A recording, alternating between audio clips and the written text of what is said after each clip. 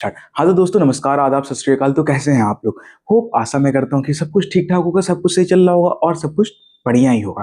ठीक है। और हाँ, आज के लेक्चर में हम क्या पढ़ने वाले भाई? देखो, एनाटॉमी का पहले 2 लेक्चर आ चुका है, तो प्लीज आप उस लेक्चर को देख के ही थर्ड लेक्चर पे आइए। ठीक है। मैं पहले आपको ये बता दे रहा हूँ, अगर मान लो, लेकिन आपको स्पेसिफिक एक टॉपिक पढ़ना है। अभी मैं क्या पढ़ाने वाला हूँ? इंटरनल जेनाइटल ऑर्गन के बारे में। ठीक है। तो इंटरनल जेनाइटल ऑर्गन के बारे में ही सिर्फ आपको पढ़ना, तब आपके लिए लेक्चर बेस्ट होगा।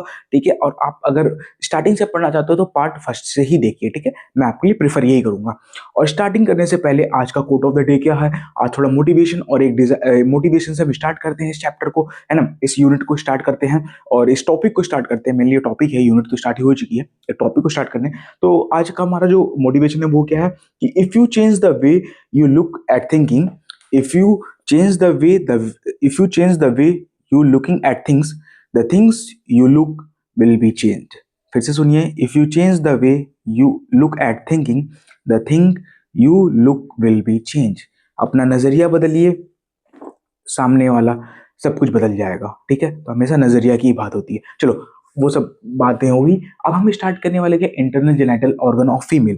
ठीक है। Internal genital organ of female, जैसे मैंने आपको बताया था स्टार्टिंग पे, जब मैं आपको स्टार्टिंग फर्स्ट लेक्चर आपने देखा होगा, तो मैंने आपको बताया था रिप्रोडक्टिव सिस्टम 3 पार्ट में डिवाइड होता है। तो जो एक होता है एक्सटर्नल, एक होता है इंटरनल, एक होता है एसेसरी। ठीक है। तो एक्सटर्नल वाला तो मैंने पढ़ा दिया। अब हम बात करते हैं इंटरनल वाले के बारे में।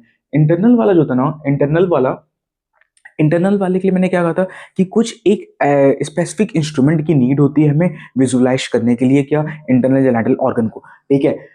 हाँ, अब हम इंटरनल जेनाइटल ऑर्गन में कौन कौन से पार्ट्स आते हैं वो हम जान लेते हैं। चलो भाई, सबसे पहले गोनाड्स। गोनाड्स मतलब ओवरीज आते हैं। चलो हाँ जी, ओवरी आते हैं। और बता दीजिए सर, भैया वो फैलोपियन ट्यूब आते हैं क्या? आते हैं। हाँ जी आते हैं, फैलोपियन ट्यूब भी आते हैं। यूट्रस, भाई यूट्रस आता है क्या? यूट्रस आता है इंटरनल में? हाँ जी आता है यूट्रस और सर्विक्स भी आता है। क्या वेजाइना आता है? वेजाइना, हाँ जी वेजाइना भी आता है। चलिए अच्छा ठीक है। अब ये 4 तो आते हैं, हाँ जी आते हैं। ये लोकेटेड कहाँ होते हैं? क्वेश्चन आपका। कमेंट बॉक्स ओपन है, सबके लिए खुला हुआ है। आप एक भारत देश में रहते हो, आजाद नागरिक हो, अपना राय जरूर रखिए कि ये लोकेटेड कहाँ है ना? ये लोकेटेड कहाँ है? ये भाई कहाँ मिलते हैं? मिल गया। वीडियो को स्टॉप किया, रुक गया। चलो सोच लिया। लिखो, आंसर बताओ, आंसर टाइप करो। अरे हाँ, मुझे दिख गया। हाँ, कोई कह रहा पेल्विक कैविटी कह रहा क्या? पेल्विक कैविटी कह रहा? हाँ, बस वही तो है भाई, पेल्विक कैविटी है। Pelvic cavity. ठीक है। तो पेल्विक कैविटी में हमें ये सारी चीजें लोकेटेड होती हैं। ठीक है, इंटरनल। फिर उसके बाद हम बात करते हैं भाई, अब सबसे पहले हम बात करेंगे ओवरी के बारे में। ठीक है, क्या? ओवरी के बारे में। ओवरी जो होता है वो डेवलप फ्रॉम जेनाइटल रिजिड। सबसे पहले अपन 2 इन नंबर होता है, मतलब ये पेयर में होता है। साइज जो होता है वो उसका होता है 3 into 2 into 1।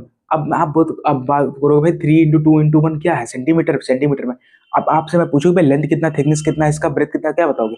तो देखो, इसका जो है ना, L into B into thickness. ठीक है। ये आपका length into breadth into thickness. ठीक है।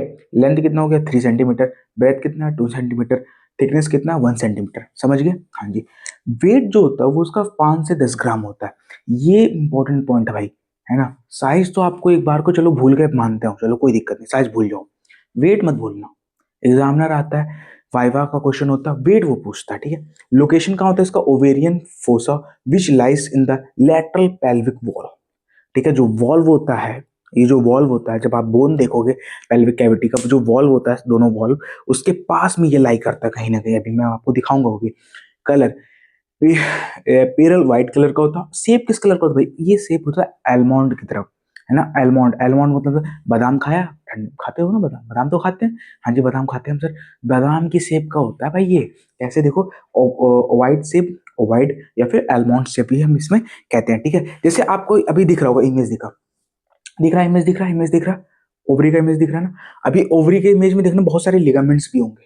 दिख रहे हैं इमेज दिख रहा है? चलो ठीक है। देखो, अब हम बात करते हैं कुछ ligament related to the ovary. अब देखो, जो ओवरी है ना, ओवरी जो दोनों साइड में ओवरी है, जैसे मान लो मैं फैलोपियन ट्यूब हूँ, ये मेरे फिम्ब्रियास है। ठीक है। अब ये फिम्ब्रिया है एक तरीके से समझ लो, ये फिम्ब्रियास है, यहाँ पे इसके सीलिया है। ये फिम्ब्रिया पे यहाँ पे एक ओवरी लगा हुआ है, ऐसे कुछ इस टाइप का। इस टाइप का, ठीक है। अब ये जो ओवरी है, ये ओवरी, ठीक है, इस पे कुछ लिगामेंट्स भी हैं। अब उस हम लिगामेंट्स के बारे में पढ़ने वाले हैं, ठीक है।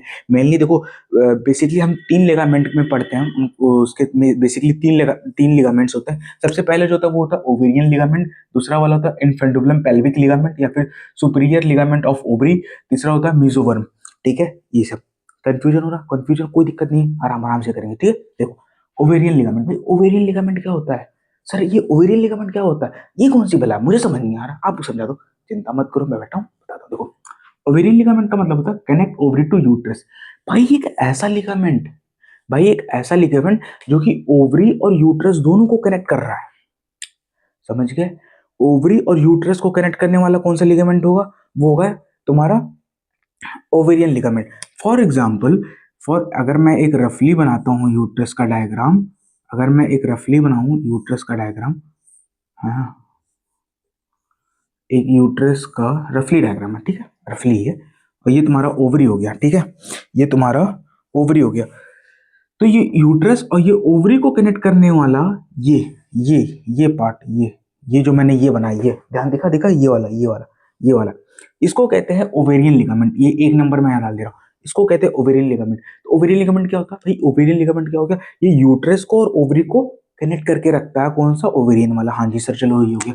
अब इन्फेंडुबुलम पेल्विक लिगामेंट बोल दो या फिर सुपीरियर लिगामेंट ऑफ ओवरी कह दो, ये क्या करता है सर, ये सेकंड वाला, ये कनेक्ट करता है, connect ovary to lateral pelvic wall, ovary to the lateral pelvic wall, ovarian vessels and nerve at present in this region, ठीक है। अब ये देखो, ये laterally कनेक्ट करता है, क्या कि laterally, ठीक है। ये जो होता है, ये फेमरिया वैसे यहाँ तक है, ठीक है, तो ये ऐसे कनेक्ट करता है, ये 2 नंबर का हो गया, ठीक है, laterally कनेक्ट करता है ये, ठीक है, pelvic wall present in this region।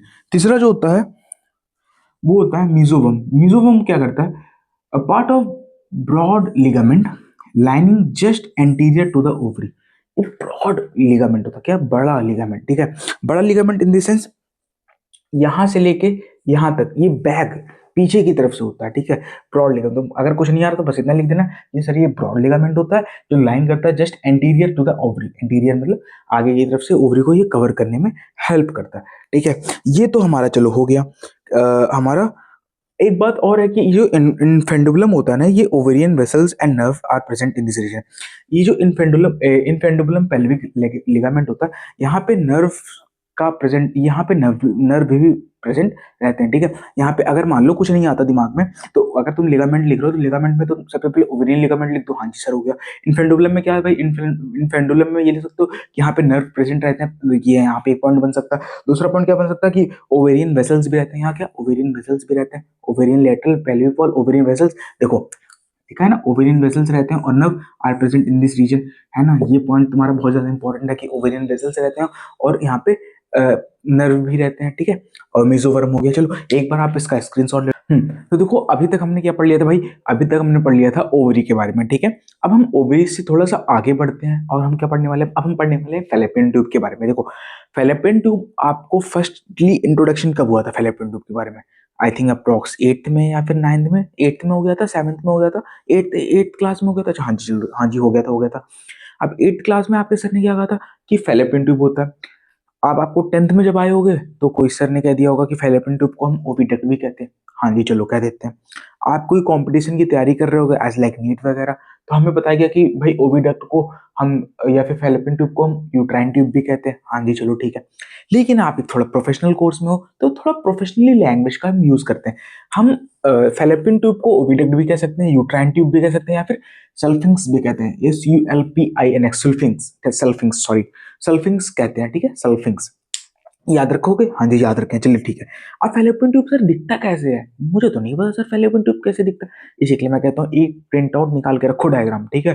Diagram का एक प्रिंट आउट अपने पास रखो, जिसके थ्रू आप जब मैं पढ़ा रहा हूँ तो आप उसको देखिए और आप विजुलाइज कर लेंगे अच्छे से। देखो मैं आपके लिए बनाता हूँ, ये है हमारा फैलोपियन ट्यूब, ये यूट्रस है, ये फंडस हो गया, और एक ये फैलोपियन ट्यूब हो गया, ठीक है। जैसे मान लो मैं यूट्रस हूँ तो ये फैलोपियन ट्यूब हो गया, मेरे ये दोनों हाथ, ठीक है, ये हाथ मेरा फैलोपियन ट्यूब हो गया। अब ये फैलोपियन ट्यूब हो गया तो ये ये यहाँ पे फिमरिया यहाँ लिखा ना, फिमरिया मतलब मेरी उंगलियां हैं, ये मेरी उंगलियां फिमरिया हैं, ठीक है, ये फिमरिया हैं। और यहाँ पे ये फेलोपियन ट्यूब और ये यूट्रस, ये दोनों का बॉडी जो जुड़ रहा है इस वाले एरिया को, इस वाले एरिया को हम कहते हैं कॉर्नुआ। क्या कहते हैं भाई? कॉर्नुआ, इस वाले एरिया को। कॉर्नुआ याद रख लेना, आगे चल के बहुत काम आएगा ये। हाँ जी। अब उसके बाद हम बात करते हैं, कॉर्नुआ के बाद आता है इस्थमस, आता है इस्थमस के बाद एम्पुला। एम्पुला जो होता है सबसे बड़ा पार्ट होता है, फिर इनफेंडुबुलम होता है लास्ट वाला, और लास्ट में फिम्ब्रिया होता है। ठीक है, हाँ जी। चलो, अगर मैं बात करूं भाई इसका लेंथ कितना होता है ना, कुछ तो लेंथ होगा, कुछ लेंथ होगा। हाँ जी, कुछ तो लेंथ होगा। इसका जो लेंथ होता है वो 10 से 12 सेंटीमीटर होता है। 10 से 12 सेंटीमीटर का मतलब हो गया रफली रफली कितना, 4 इंच, 4 इंचेस, 4 INCH। ठीक है, 4 इंचेस ये होता है। जब हमने फेलोपियन ट्यूब को डायसेक्ट किया तो हमें क्या मिला? हमें मिला कि लाइनिंग एपिथेलियम, यहाँ पे एक लाइनिंग एपिथेलियम की एक लाइनिंग है जिसको हम कहते हैं सिलिएटेड कोलुमनार एपिथेलियम, है ना, सिलिएटेड कोलुमनार एपिथेलियम। अभी लाइनिंग और एपिथेलियम दिखती कैसे है भाई? ये दिखती है कुछ इस टाइप की दिखती है, इस टाइप की दिखती है, ये सीलिया टाइप की। ठीक है, इसके अंदर ऐसे ऐसे ऐसे ऐसे जिगजैग जिगजैग जिगजैग लाइनिंग होती है, और इसके ऊपर जो छोटे छोटे हेयर्स दिख रहे हैं ना, छोटे छोटे, इसको कहते हैं हम सीलिया कहते हैं। ठीक है, और ये तो हमारा कोलुमनार हो गया, ये तो सबको पता। अब ये जो सीलिया होता है, इसमें ना ये जो बीच में गैप दिख रहा है, यहाँ पे पैक्सेल होता है। कौन से सेल? पैक्सेल। ये पैक्सेल क्या करता है? ये पैक्सेल सिर्फ तुम्हें फेलोपियन ट्यूब में देखने को मिलेगा, सबसे पहला पॉइंट हमेशा याद रखना। ये जो पैक्सेल है ये सिर्फ फेलोपियन ट्यूब में देखने को मिलता है। और ये करते हैं क्या भाई? अगर मैंने आपसे पूछ लिया कि सीलिया का, इन जो सीलिया है ये क्या करते हैं, है ना, अगर मैं फंक्शन में पूछता हूँ कि ये सीलिया क्या करते हैं, तो फेलोपियन ट्यूब में मेनली सीलिया, ये फेलोपियन ट्यूब के अंदर सीलिया प्रेजेंट है, तो सीलिया क्या फेलोपियन ट्यूब का क्या काम होता है भाई? अगर स्पर्म आ रहा तो वो कहाँ जाएगा? वो ओवरी तक ले जाता है। हाँ जी। अगर स्पर्म नहीं आ रहा, चलो कोई नहीं, जाइगोट है, जाइगोट को यूट्रस बॉडी में ले जाना, तो ये काम करता है हमारा सीलिया। ठीक है, सीलिया हेल्प करता है ट्रांसपोर्टेशन में, या फिर फॉरवर्ड फॉरवर्ड करवाने में। ठीक है, आगे पहुंचाने में। ठीक है, क्या करवाने में? आगे पहुंचवाने में। जैसे मान लो कोई एक सरकारी दफ्तर है, ठीक है, सरकारी ऑफिस है। ठीक है, अब सरकारी ऑफिस में जब आप कुछ पैसे खिलाओगे अपने ऊपर वाले आदमियों को, या फिर मतलब किसी ऑफिसर को जब पैसा आप खिलाओगे, तो वो आपकी जो फाइल होती है जल्दी से होता है ना, जल्दी काम हो जाता है, वही है। तो ये भाई ये सरकारी ऑफिसर है सीलिया, समझिए, ये सरकारी ऑफिसर है सीलियस। ये क्या करते हैं? ये भी जब भी यूट्रस आता है, सॉरी, जो जाइगोट आता है या फिर स्पर्म आता है, तो जल्दी जल्दी जल्दी जल्दी जल्दी जल्दी कहते हैं भाई आगे जाओ आगे जाओ आगे जाओ आगे जाओ। ठीक है, तो सीलिया हेल्प करते हैं आगे पहुंचाने में। ठीक है, ये हो गया। अब कोई कोई फीमेल्स, यहाँ पे थोड़ा क्लिनिकल पॉइंट हम जान लेते हैं कि कोई कोई फीमेल्स होती हैं जिनमें ये सीलिया प्रेजेंट नहीं होता। क्या नहीं प्रेजेंट होता? सीलिया नहीं प्रेजेंट होता। अब फिर सीलिया नहीं प्रेजेंट होगा तो क्या वो एग जो है वो, या फिर वो स्पर्म जो है वो आगे जा पाएगा? नहीं जा पाएगा, नहीं जा पाएगा ना, नहीं, जाहिर सी बात है, नहीं जा पाएगा। तो उस कंडीशन को हम क्या कहते हैं? उस कंडीशन को हम कहते हैं कार्टेजिनियस सिंड्रोम। Cartegenous, कार्टेजिनस, ऐसे मतलब सिंड्रोम हो गया। ठीक है, जिसमें जो सीलिया होती है वो इमोटाइल हो जाती है, वो मतलब वर्क नहीं कर पाता ना, तो उसको हम कहते हैं कार्टेजिनस सिंड्रोम, उसको कहते हैं उस कंडीशन को। ठीक है, और इस कंडीशन में सबसे ज्यादा हमें देखने को मिलता है क्या? Ectopic pregnancy. एक्टोपिक प्रेगनेंसी क्या होती है भाई? Lead to sperm can not move towards over, infertility होगा, देखो स्पर्म भी लीड नहीं, स्पर्म जो होता है इसका फंक्शन क्या है? दो ही काम था कि स्पर्म को आगे पहुंचाना ओवरी तक, और जाइगोट को यूट्रस बॉडी तक पहुंचा देना। अब ये दोनों तो काम कर नहीं पाएगी, तो अब ये क्या होगा ना, फादर मान लो किसी के थ्रू, किसी प्रोसेस के थ्रू या कुछ भी करके ये स्पर्म भाई एंट्री मारा, ठीक है, और यहाँ पे जाइगोट पहले से रुका हुआ था। मान लो यहाँ पे तुम्हारा यूट्रस है, सॉरी, यूट्रस में जाइगोट यहाँ पे पहले आ गया। ठीक है, अब इसके आगे की सीलिया सब खराब है। हाँ जी, और यहाँ पे स्पर्म आ गया। हाँ जी, अब बाई चांस यहाँ पे अगर इनको फर्टिलाइजेशन यहाँ पे ही हो गया, तो इस कंडीशन को जानते हो क्या कहते हैं? इस कंडीशन को कहते हैं एप्टॉपिक प्रेगनेंसी। एप्टॉपिक प्रेगनेंसी, ठीक है, फेलोपियन ट्यूब में ही बेबी का फॉर्मेशन हो जाएगा, तो उसको हम एप्टॉपिक प्रेगनेंसी कहते हैं। ठीक है, याद रखना ये। तो ये हमारा हो गया भाई फंक्शंस ऑफ फेलोपियन ट्यूब। अब इसके बाद हम पढ़ेंगे parts of fallopian tube proper detail में। ठीक है, पार्ट्स ऑफ डिटेल मतलब क्या हो गया भाई? तुम्हारा इस्थमस के बारे में पढ़ेंगे, एम्पुला के बारे में पढ़ेंगे, इनफेंडुबुलम के बारे में पढ़ेंगे, इसके साइज क्या होता है, इसमें लेंथ क्या होती है, सब कुछ बारे में इसके सारे डिटेल पढ़ने वाले। ठीक है, तब तक के लिए एक बार स्क्रीनशॉट ले लो फटाफट। अभी तक मैंने क्या पढ़ा दिया था? अभी तक हमने फेलोपियन ट्यूब के बारे में पढ़ लिया था। अब हम फेलोपियन ट्यूब के कुछ पार्ट्स पढ़ने वाले हैं। ठीक है, मेनली इस 4 पार्ट में होता है, जैसे इंट्राम्यूरल म्यूराइल पार्ट होता है, इस्थमस, एम्पुला और इनफेंडुबुलम होता है। ठीक है, इतने पार्ट्स होते हैं उसके। अब इस पार्ट्स के बारे में प्रॉपर डिटेल में पढ़ने वाले हैं। ठीक है, देखो, इंट्राम्यूरल पार्ट क्या होता है? It is a medial most मतलब सबसे नजदीक में होता है किसके? यूट्रस के। पहला पॉइंट याद रखना, इसमें तुम्हें जो याद करने वाली चीज है सबसे इंपॉर्टेंट भाई वो है सेंटीमीटर और विथ। ये याद कर लो बस, इतना मत याद करो, ये तो ज्यादा सारा है, ये याद कर लो बहुत है। 1.25 सेंटीमीटर लॉन्ग होता है, 1 मिलीमीटर वाइड होता है। Narrow part of the tube also known as anatomical shape, ये याद कर लेना अपन कि इंट्राम्यूरल पार्ट को ही एनाटॉमिकल शेप कहते हैं। हाँ जी चलो हो गया।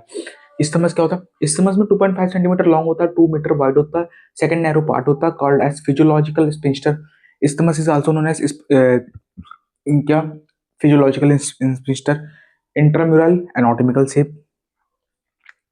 एम्पुला क्या होता है? ये 5 सेंटीमीटर होता है, 5 सेंटीमीटर की वजह से सबसे लॉन्गेस्ट पार्ट होता है किसका, हमारे फैलोपियन ट्यूब का। 4 मिलीमीटर ये वाइड भी होता है और 5 सेंटीमीटर लॉन्ग होता है। Fertilization occur in the ampulla.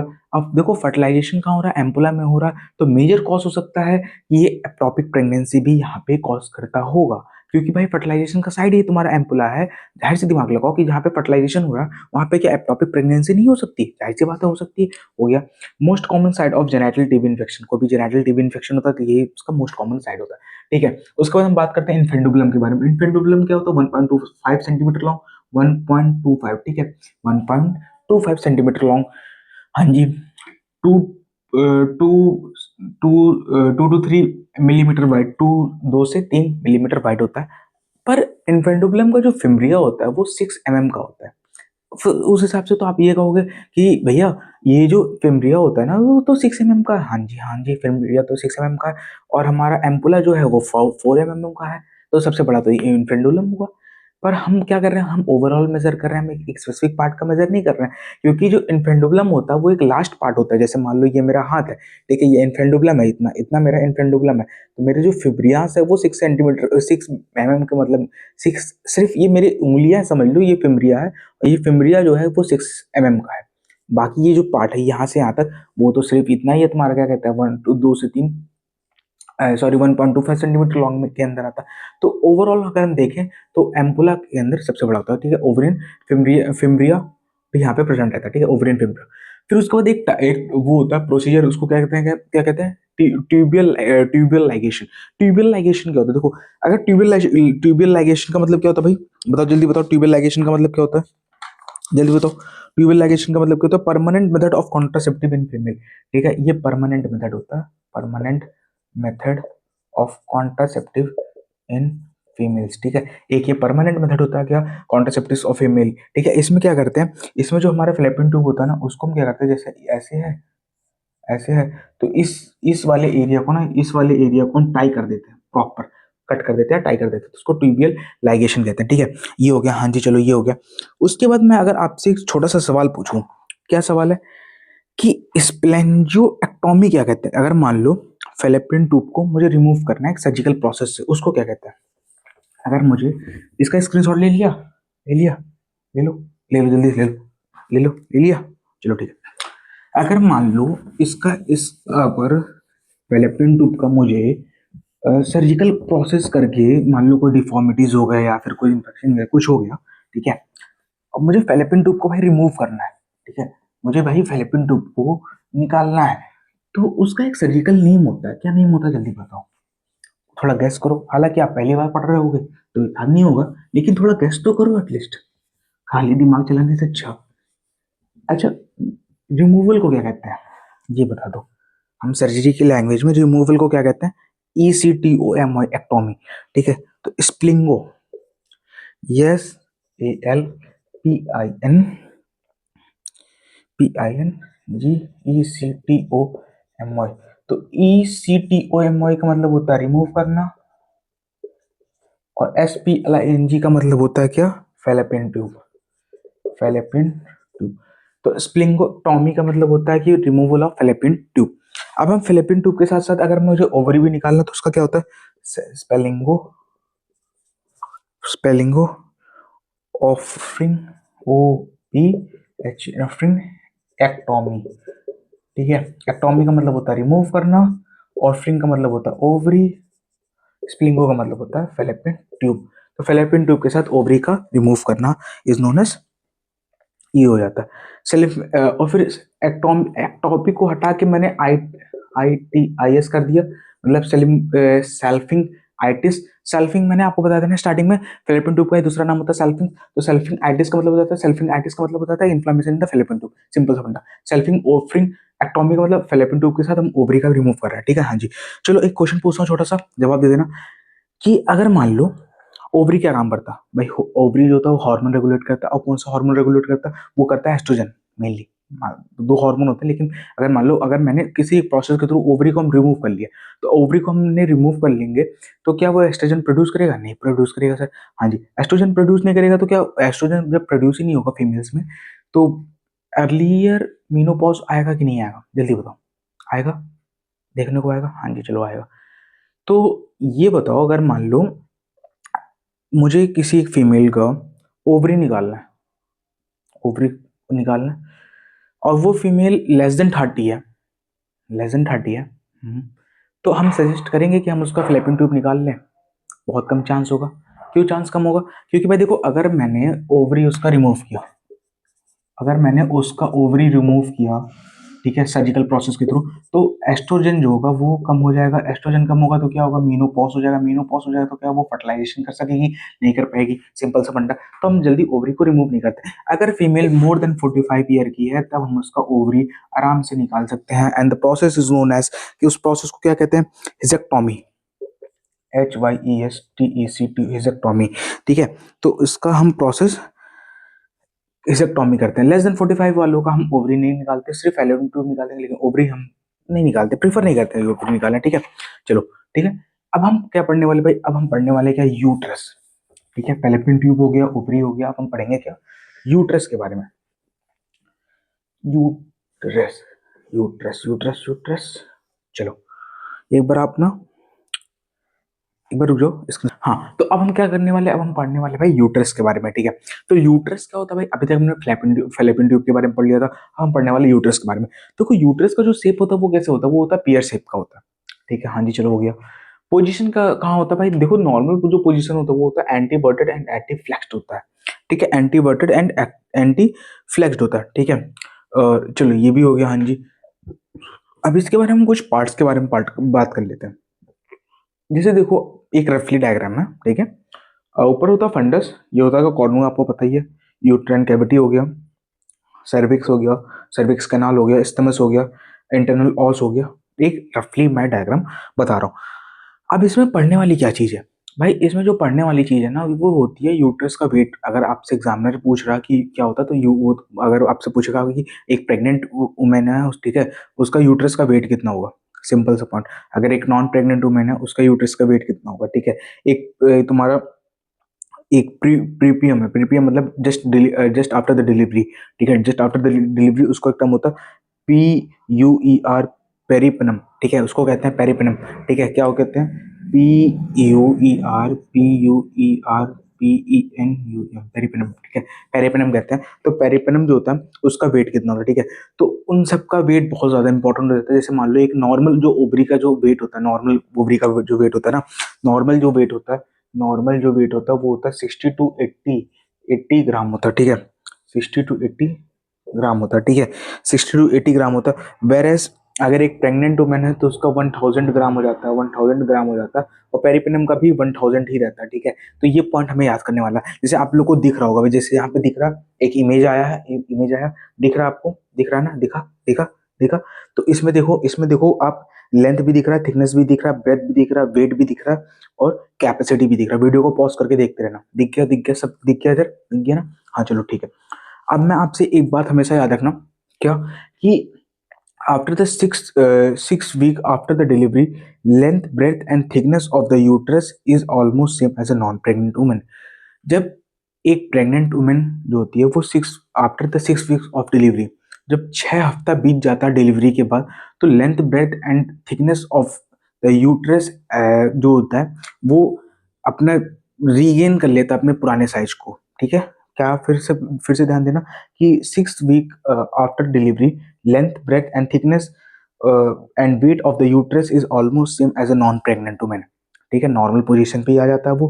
और हाइट ऑफ द यूट्रस, अगर मैं पूछता हूँ कि एक प्रेग्नेंट वुमेन है जिसका अभी डिलीवरी हुई है, और उसका जो यूट्रस का हाइट होगा वो कितना होगा अप्रॉक्सली? तो जो होता है अप्रॉक्स 20 सेंटीमीटर होता है, 20 सेंटीमीटर होता है। ठीक है, ये हो गया। हाँ जी, चलो हो गया। अब हम पढ़ने वाले हैं क्या, इसमें हम पढ़ने वाले हैं हम एक एक पार्ट के बारे में, एक एक पार्ट के बारे में, जैसे कॉर्नुआ के बारे में पढ़ेंगे हम। ठीक है, हम पढ़ेंगे सर्विक्स क्या होता है, इंटरनल ऑस क्या होता है, स्थमस क्या होता है, ये सारी चीजें हम पढ़ने वाले हैं। ठीक है, तब तक लिए एक बार चैनल को, एक बार इसको फटाफट वो कर लो। स्टार्ट। हम्म तो देखो अब हम क्या करने वाले भाई, अब हम करने वाले हैं क्या, अब हम पढ़ने वाले हैं उसके पार्ट्स। किसके पार्ट्स भाई, यूट्रस के पार्ट्स। ठीक है, देखो यूट्रस में हम क्या पढ़ने वाले हैं, कॉर्नुआ पढ़ने वाले हैं, fundus, body of the uterus and isthmus के बारे में। ठीक है, हालांकि ये पॉइंट्स जो है वो एनलार्ज नहीं है, इसके बारे में दो, जैसे मैंने यहाँ पे 2 पॉइंट लिखे हैं, तो यहाँ पे अप्रोक्स में पूरे बोर्ड में भी पॉइंट लिख सकता था, लेकिन मैंने स्पेसिफिकली 2 पॉइंट लिखे, आप इतना ही याद कर लो बहुत है आपके लिए। ठीक है, और अपने अपने मतलब अपने थॉट्स है ना, अपने बुक अपना सेल्फ प्रोसेस करके आप इसमें और पॉइंट्स भी ऐड कर सकते हैं। ठीक है, देखो कॉर्नुआ को हम जो कहते हैं, उसको कहते हैं यूट्राइन एंगल कहते हैं। ठीक है, हाँ जी, 3 ट्यूब स्ट्रक्चर होता है। 3 ट्यूब स्ट्रक्चर का मतलब 3 कुछ ट्यूब्स आते हैं वहां पे अटैच होते हैं कॉर्नुआ के पास, round ligament, fallopian tube and ovarian ovarian ligament. तो ये 3 चीज, मतलब राउंड फैलोपियन ट्यूब तो जाहिर सी बात होगा, 2 लिगामेंट भी होते हैं, कौन से, एक राउंड वाले, एक होता है ओवेरियन लिगामेंट, दोनों आके वहां पे अटैच होते हैं। हाँ जी, uterine construction during labour begins from cornua of uterus. ठीक है, अब अगर मैं पूछता हूँ कि हार्ट अगर आपने पढ़ा होगा, हाँ जी हार्ट पढ़ा, तो हार्ट में कॉन्ट्रैक्शन कौन करता है, लेफ्ट वेंट्रिकल करता है। लेफ्ट वेंट्रिकल ही तो अभी पूरे ब्लड को, पूरे बॉडी को ब्लड सप्लाई कर रहा है, तो अच्छे से अगर वो कॉन्स्ट्रक्ट नहीं होगा तो क्या ब्लड सप्लाई होगा, आगे जाएगा नहीं। अगर मैं पूछता हूँ conductive system of the heart कौन करवाता है, तो SA node and AV node करवाता है। सेम उसी टाइप का ये भी होता है भाई। कॉर्नुआ क्या करता है, कॉर्नुआ जो होता है वो यूट्राइन कॉन्स्ट्रक्शन करवाता है। ये क्या करवाता है, यूट्राइन को कॉन्स्ट्रक्ट करवाता है ड्यूरिंग द लेबर। ठीक है, जब ड्यूरिंग द लेबर या फिर लेबर मतलब जब हम प्रेग्नेंट, जब हम डिलीवरी करवाने का टाइम होता है, नॉर्मल डिलीवरी की बात करूँ मैं, सिजेरियन की नहीं, नॉर्मल डिलीवरी, डिलीवरी जब भी होती है तब भाई during the labour begins from cornua of uterus. ठीक है, तो नॉर्मल डिलीवरी में यूट्राइन कॉन्स्ट्रक्ट होता है, और ये होता क्यों है, कॉर्नुआ की वजह से ही होता है। ठीक है, ये हो गया। हाँ जी, चलो फंड, अब हम क्या करने वाले, अब हम करने वाले भाई फंडस। फंडस कौन सा पार्ट था भाई, फंडस जो था ऊपर वाला, ऊपर वाला मतलब कौन सा पार्ट था भाई, ये डोम शेप था। ठीक है, डोम शेप, तो lies above the uterus, does not have uterine cavity, इसके बाद खुद का यूट्राइन कैविटी नहीं होता, और ये डोम शेप्ड का होता है। डोम शेप्ड का मतलब भाई कुछ इस टाइप का होता है ना, उल्टा सी, सी कर दो ऐसे ऐसे, या छाता खोला है, छाता छाता, अम्ब्रेला अम्ब्रेला खोला है, ऐसे होता है ना, इस टाइप का। ठीक है, अगर मान लो कुछ डिफॉर्मिटीज हो जाती हैं, ये डोम शेप प्रॉपर नहीं बन पाता, या फिर कुछ ऐसा बनता है, उसको कहते हैं आर्क्यूएट यूट्रस। किस क्या कहते हैं, आर्क्यूएट। ठीक है, आर्क्यूएट यूट्रस कहते हैं। चलिए हाँ जी, ये भी हो गया sir.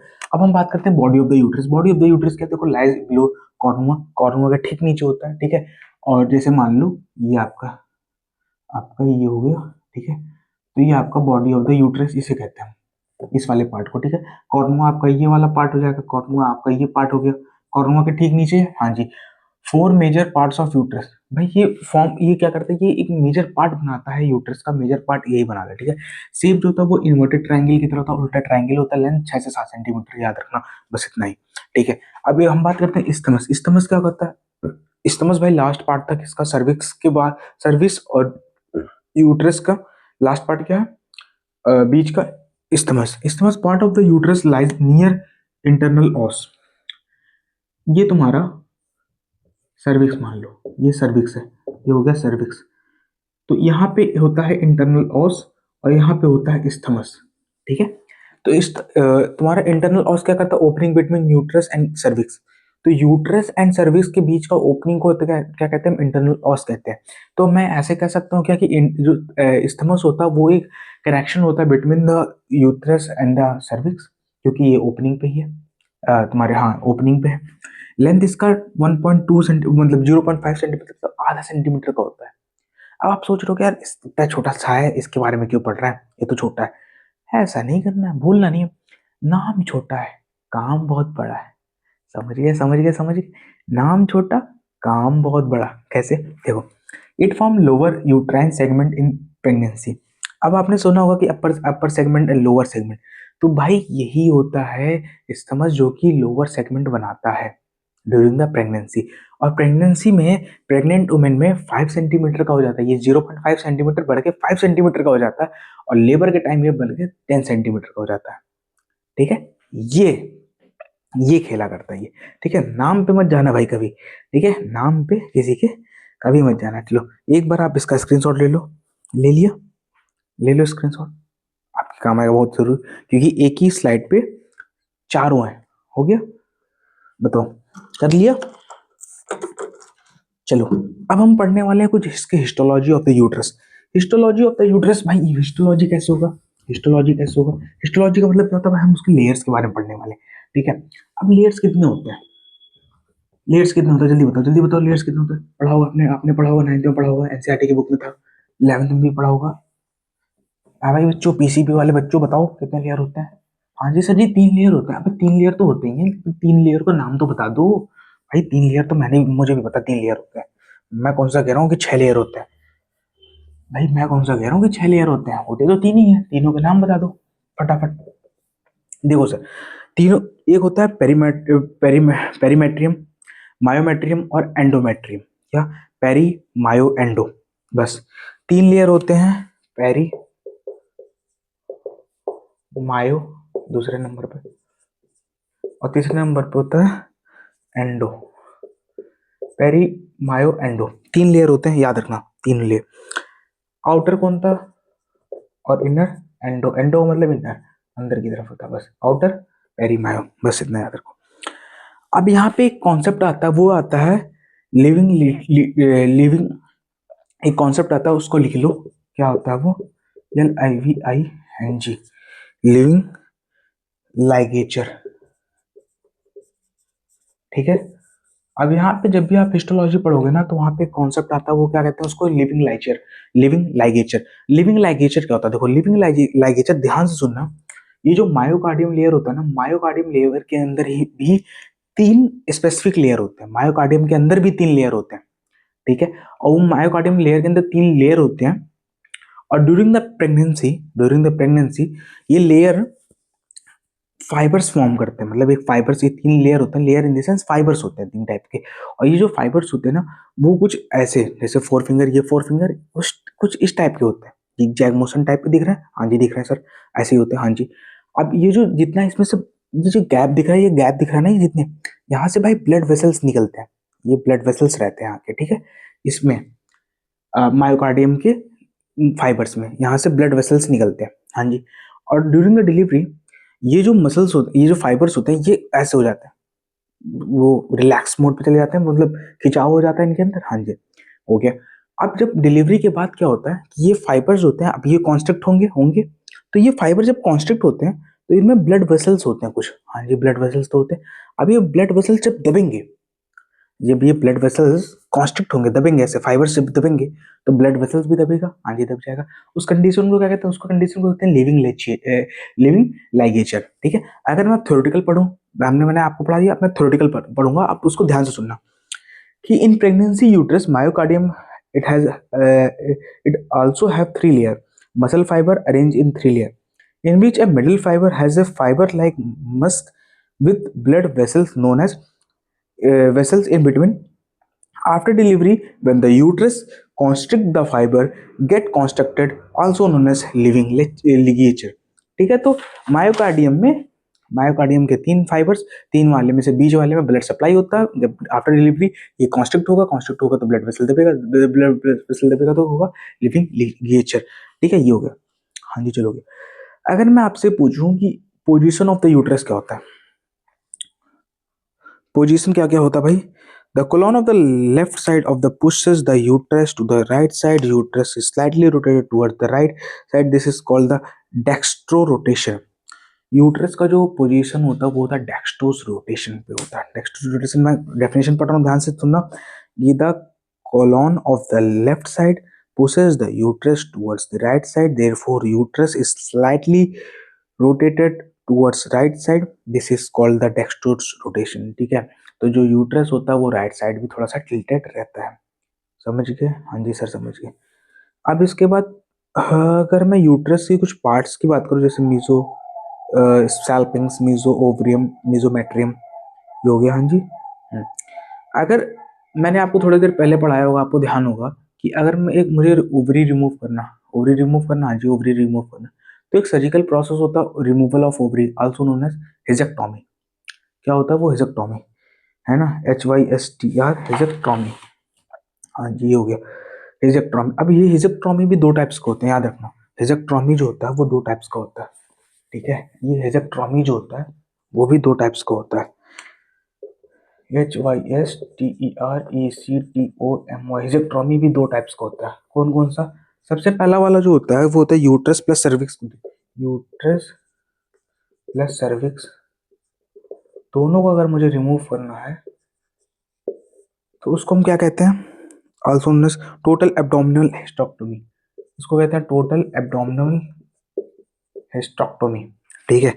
Only uterus remove, not cervix, subtotal hysterectomy. अगर मुझे सिर्फ यूट्रस को रिमूव करना है और ओवरी नहीं निकालूंगा मैं, तो उसको कहते हैं सब टोटल हिस्टेक्टोमी, ठीक है। एक होता है टोटल एब्डोमिनल हिस्टेक्टोमी, एक होता है सब टोटल। सब टोटल का मतलब कुछ स्पेसिफिक पार्ट, और टोटल का मतलब सब निकाल लेंगे। अब इसके बाद हम क्या पढ़ने वाले पे? इसके बाद हम पढ़ने वाले हैं सर्विक्स के बारे में। सर्विक्स हमारा लास्ट होगा। इसके बाद अप्रोक्सीमेट थर्ड लेक्चर है, थर्ड में फोर्थ में आपका एनाटॉमी, एनाटॉमी हो जाएगा फिनिश, ठीक है। तो अब हम पढ़ने वाले हैं भाई सर्विक्स, CERVIX, सर्विक्स, ठीक है। जो एक मिनट, देखो अब हम क्या पढ़ने वाले हैं? अब हम पढ़ने वाले भाई सर्विक्स के बारे में, ठीक है। सर्विक्स में अगर आप लोग ना MSN का पेपर देखा होगा, mental sorry adult health nursing का पेपर देखा होगा, तो अडल्ट हेल्थ नर्सिंग में अप्रोक्स 6 महीने पहले एक क्वेश्चन आया था, डिफाइन सर्विक्स कैंसर, है ना, सर्विक्स कैंसर। तो ये बहुत ज़्यादा इंपॉर्टेंट भी हो जाता है, क्यों? क्योंकि यहाँ पे ना सबसे ज़्यादा कैंसर होने का कॉज भी होता है सर्विक्स में, ठीक है। देखो अब हम पढ़ने वाले भाई सर्विक्स कैंसर। सर्विक्स कैंसर क्या होता है? ये लोअर पार्ट होता है, सबसे पहला पार्ट। इसमें दो पार्ट होते हैं सर्विक्स कैंसर के अंदर, दो पार्ट होते हैं। कौन से? एंडो सर्विक्स होता है और एक्सो सर्विक्स होता है, याद रखना, एंडो और एक्सो। एंडो वाला नियर टू द सर्विक्स, एक्सो वाला क्या होता है? ये part of cervix inside the vagina, vagina के अंदर होता है, ये सर्विक्स के पास ही रहता है, एक्सो एंडो वाला। लेंथ 2.5 सेंटीमीटर, अगर प्रेग्नेंट फीमेल नहीं है तब। अगर प्रेगनेंसी में कितना हो जाता है भाई? प्रेगनेंसी में ये हो जाता है अप्रॉक्स 4 से 5 सेंटीमीटर प्रेगनेंसी में, ठीक है। नॉन प्रेग्नेंट में 2 से 2.5 ही रहता है, ठीक है। 2.5 centimetre in non pregnant, and in pregnancy it becomes 4 to 5 centimetre. और इसके बाद हम इसमें एक पॉइंट बात करते हैं क्या, इसके लेयर्स के बारे में, ठीक है। इसमें कौन कौन से लेयर्स होते हैं, ठीक है। Epithelium layer. तो अगर लाइनिंग ऑफ सर्विक्स की बात करूं तो लाइनिंग ऑफ सर्विक्स, देखो अगर एंडो सर्विक्स है, अगर मान लो हमारे पास एंडो सर्विक्स है, तो एंडो सर्विक्स में क्या होता है भाई? एंडो सर्विक्स में होता है कोलुमनार एपिथेलियम, है ना, कोलुमनार एपिथेलियम होता है। और एक्सो में क्या होता है? एक्सो में होता है हमारे पास stratified squamous cell, stratified squamous. Exo में स्ट्रैटिफाइड, एंडो में कोलुमनार, ठीक है, कोलुमनार, ऐसे भी हम कह सकते हैं, सिंपल सा पॉइंट है। उसके बाद हम बात करते हैं ट्रांसफॉर्मेशन जोन। ट्रांसफॉर्मेशन जोन क्या होता है? ट्रांसफॉर्मेशन जोन बताओ तो क्या होता है? जल्दी बताओ, जल्दी बताओ। ट्रांसफॉर्मेशन जोन, देखो ट्रांसफॉर्मेशन जोन जो होता है वो नियर टू द एक्सटर्नल ऑज होता है, most common of cervical cancer. ये पॉइंट याद रखना कि ट्रांसफॉर्मेशन जोन जो होता है ना, वो एक ऐसा जोन होता है जहाँ पे सबसे ज्यादा चांस होता है इसका सर्वाइकल कैंसर का। आप फिगर के थ्रू देखो, समझो। मान लो ये हमारा यूट्रस था, ये हमारा इंटरनल ऑस है, ये हमारा इंटरनल ऑस था। इंटरनल ऑस के ठीक नीचे ये सर्विक्स था, और सर्विक्स में ये सर्विक्स कनाल था। ये क्या है? ये सर्विक्स है, और सर्विक्स के अंदर ये क्या है? ये है सर्विक्स का कैनाल है, पाथवे, ठीक है। अब उसके बाद ये जो लाइनिंग में जैसे जिगजैग बना हो, ये यहाँ पे जो किया, ये वाला, ये दिख रहा है ना, इसको कहते हैं ट्रांसफॉर्मेशन जोन। याद रखना क्या, इसको क्या कहते हैं? Transformation zone. क्या? Transformation zone. भूलना नहीं है, क्या? ट्रांसफॉर्मेशन जोन कहते हैं, ठीक है। इस एरिया में सबसे ज्यादा कैंसर होने का चांस होता है। ये भी बात याद रखना कि इस एरिया में सबसे ज्यादा कैंसर होने का चांस होता है, ठीक है। ये बात याद रखोगे, हाँ जी। अब मैं बात करूं, कैंसर हो गया तो उसको इन्वेस्टिगेट कैसे करोगे? क्लोनोस्कोपी होती है, हाँ जी, क्लोनोस्कोपी भी होता है। व्हाट वी कैन सी, भाई क्लोनोस्कोपी कर सकते हैं। अब क्लोनोस्कोपी में क्या देखते हैं? वजाइना वगैरह के, वजाइना देखते हैं, ठीक है, और एक्सटर्नल ऑस वगैरह हम देखते हैं इसमें, ठीक है। तो हमारे पास ये हो जाता है हमारा खत्म सर्विक्स, ठीक है। ज्यादा कुछ नहीं था, थोड़ा बोला है मैंने सर्विक्स के बारे में जितना इंपॉर्टेंट था, ठीक है। जैसे हमारा ट्रांसफॉर्मेशन जोन था, लेंथ हो गया, पार्ट हो गया, लोअर पार्ट हो गया, बस इतना याद रखो, ठीक है। और डिटेल पढ़ना तो बता देना, मैं कमेंट कर देना, मैं उसके बारे में सारी नोट्स भेज दूंगा। अब इसके बाद हम जो हमारा लेक्चर आएगा, वो लेक्चर होगा हमारा फोर्थ लेक्चर होगा, ठीक है। और fourth lecture is the last lecture of female reproductive system of anatomy and physiology.